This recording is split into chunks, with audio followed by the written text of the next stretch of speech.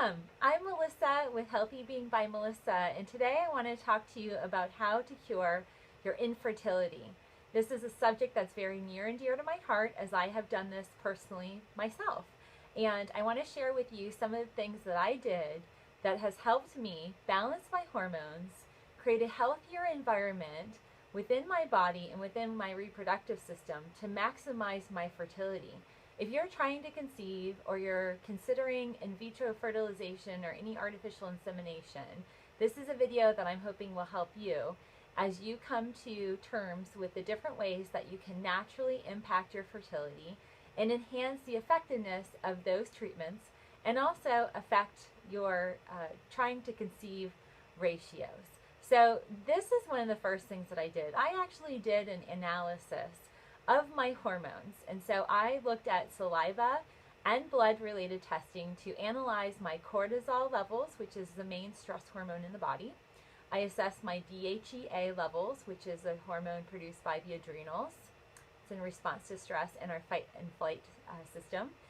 I also assessed my full thyroid panel. I looked at if I had any Hashimoto's or autoimmune dysfunction that might affect the actual thyroid from functioning. I did an analysis of my progesterone and estrogen and the ratio between the two. I also looked at testosterone.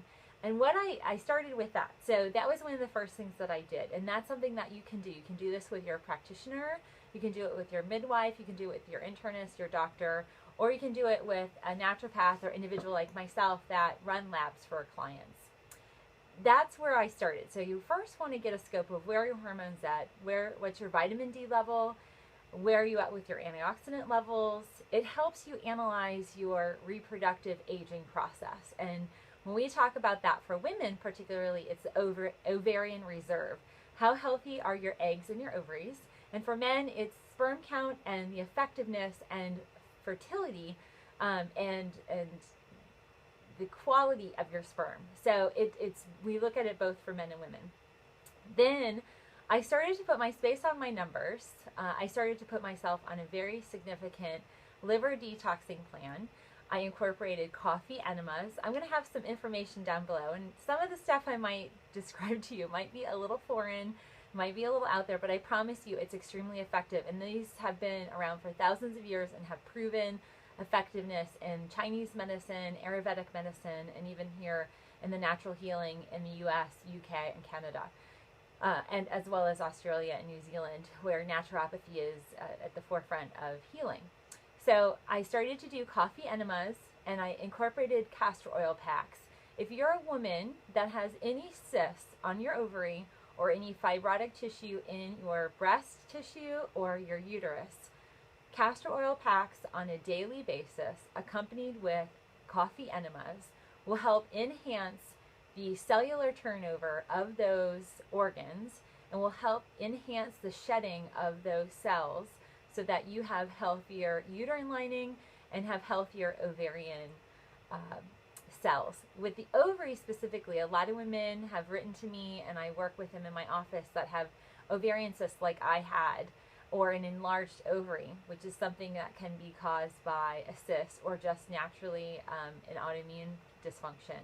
What a castor oil pack does is it helps to minimize the size of a cyst. It actually helps blast those out and invigorates the lymphatic system, which drains the cyst and gets rid of toxic matter.